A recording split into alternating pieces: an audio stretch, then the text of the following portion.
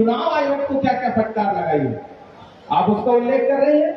चुनाव आयोग को लगभग डांटते हुए माननीय उच्चतम न्यायालय ने कहा कि आपने जितने नाम काटे हैं 65 लाख के आसपास, सारे के सारे नाम आपको डिस्प्ले करने पड़ेंगे। ये मैं साहित्यिक व्यक्ति हूं, वो भाषा इस्तेमाल नहीं करना चाहता, लेकिन सच बात यह है कि तमाचा था, न्याय का तमाचा था जो बिहार की जनता के साथ करना चाहता था चुनाव आयोग। उसके बाद लोगों को संबल मिला है। माननीय उच्चतम न्यायालय ने फैसला दे दिया कि आपको आधार मान्य करना पड़ेगा। और कल एक बहुत चौंकाने वाला तथ्य किसी ने सोशल मीडिया पे शेयर किया, जिसका मैं यहाँ उल्लेख करना चाहूंगा कि मुख्य चुनाव आयुक्त महोदय अपनी प्रेस कॉन्फ्रेंस में कहते हैं कि देश में बहुत सारे लोग हैं और खास तौर से बिहार में जिनके घर पर उनका एड्रेस जो है वो 0 लिखा हुआ है। इस देश में 1 अरब से ज्यादा लोग हैं उनका आधार कार्ड बना हुआ है और उनमें किसी के भी घर के सामने उनके एड्रेस में उनका पता 0 नहीं लिखा हुआ है। तो माननीय उच्चतम न्यायालय ने जो डायरेक्शंस दिए हैं, जो बातें कही हैं, जो ऑर्डर पास किया है, मुझे लगता है आप उसको फिर से एक बार पढ़ना चाहिए। उन्होंने फटकार राजनीतिक दलों को नहीं लगाया है, उन्होंने फटकार चुनाव आयोग के उस मंसूबे को लगाया है जिसके तहत सबसे पहले बिहार में यहाँ की जनता से वोटिंग का अधिकार छीनना चाहते थे चुनाव आयोग और सरकार दोनों मिल करके।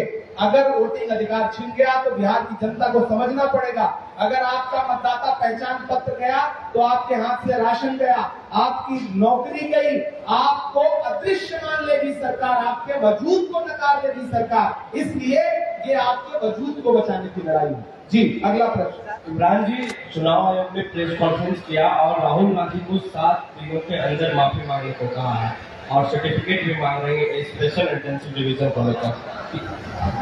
कितने दिन गुजर गए उस प्रेस कॉन्फ्रेंस के? कितने दिन? 4 दिन। बिहार की जनता सड़कों पे निकल के आके कह रही है कि आइए माफी आप दीजिए।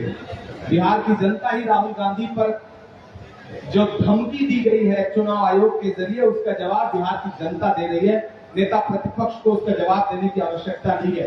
माननीय चुनाव आयुक्त महोदय को मैं बड़े प्रेम भरे शब्दों में कहना चाहता हूं कि राहुल गांधी किसी की धमकी से डरने वाली शख्सियत का नाम नहीं है। आप एक स्वतंत्र संस्था हैं, आप धमकी की भाषा मत बोलिए, आप हलफनामा और शपथ की बात मत बोलिए। ये तो वही बच्चों वाली बात हो गई कि विद्या कसम खा करके बताइए कि बात सही है या नहीं है। मैं माननीय मुख्य चुनाव आयुक्त महोदय से पूछना चाहता हूं कि आप शपथ लेकर के बताइए, आप हलफनामा देकर बताइए कि आप वोट चोरी में शामिल है या नहीं।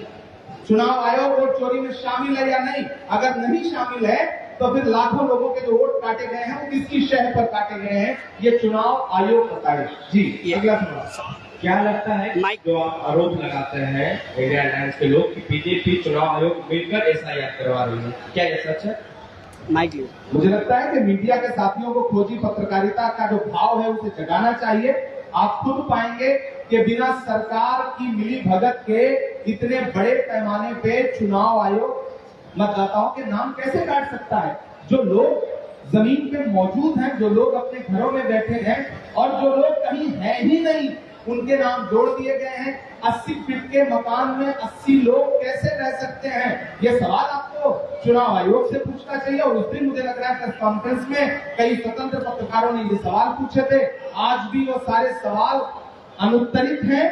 मैं अभी चुनाव आयोग का इंतजार कर रहा हूं कि वो जवाब देंगे। जी, आपका इमरान जी, महाराष्ट्र, कर्नाटक जैसा उड़ीसा में भी 42 लाख का वोट इधर उधर हुआ है और वहाँ रीजनल पार्टी जो दिग्गज का दल था वो चुनाव हार गया है। तो अभी जो वाइस प्रेसिडेंट का इलेक्शन हो रहा है, तो आप क्या कहेंगे जो जितने सारे रीजनल पार्टी है और जो वोट चोरी के कारण से जो चुनाव हार गए, उसको आप क्या सुझाव देना चाहते हैं? सबसे पहली बात तो आपका धन्यवाद कि आप भी ये स्वीकार कर रहे हैं कि कई राज्यों में वोट चोरी की वजह से क्षेत्रीय दल हारे या फिर कांग्रेस पार्टी हारी। इसके लिए आपका आभार कि मीडिया के साथी ये बात स्वीकार कर रहे हैं। सच्चाई ये है कि कई तरह से कई छल प्रपंच करके कई राज्यों की सरकारें चोरी की गई।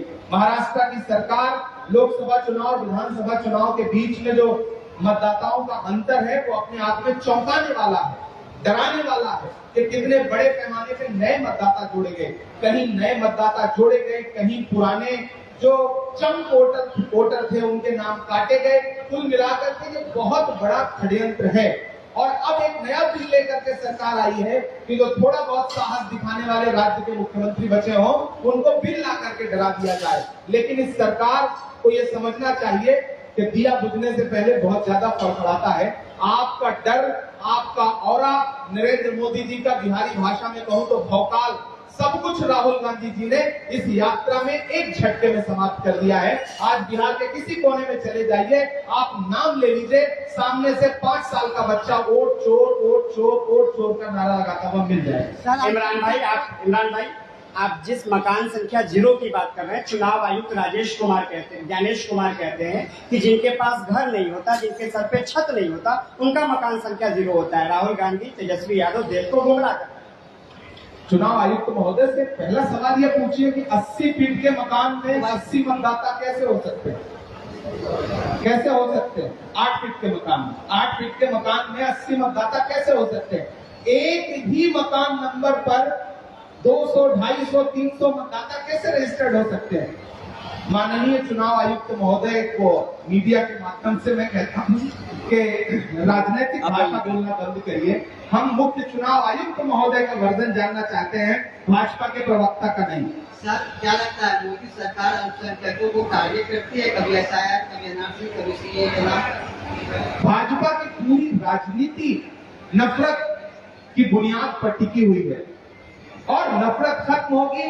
मुझसे कभी मीडिया के एक साथी ने पूछा था कि राहुल गांधी 4000 किलोमीटर की भारत जोड़ो यात्रा लेके निकले हैं, वो भी पैदल।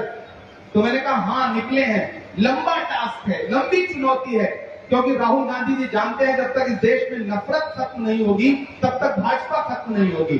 तो राहुल जी ने जो मोहब्बत की दुकान खोलने का बीड़ा उठाया है वो इसीलिए उठाया है कि भाजपा की पूरी दुकान नफरत की है।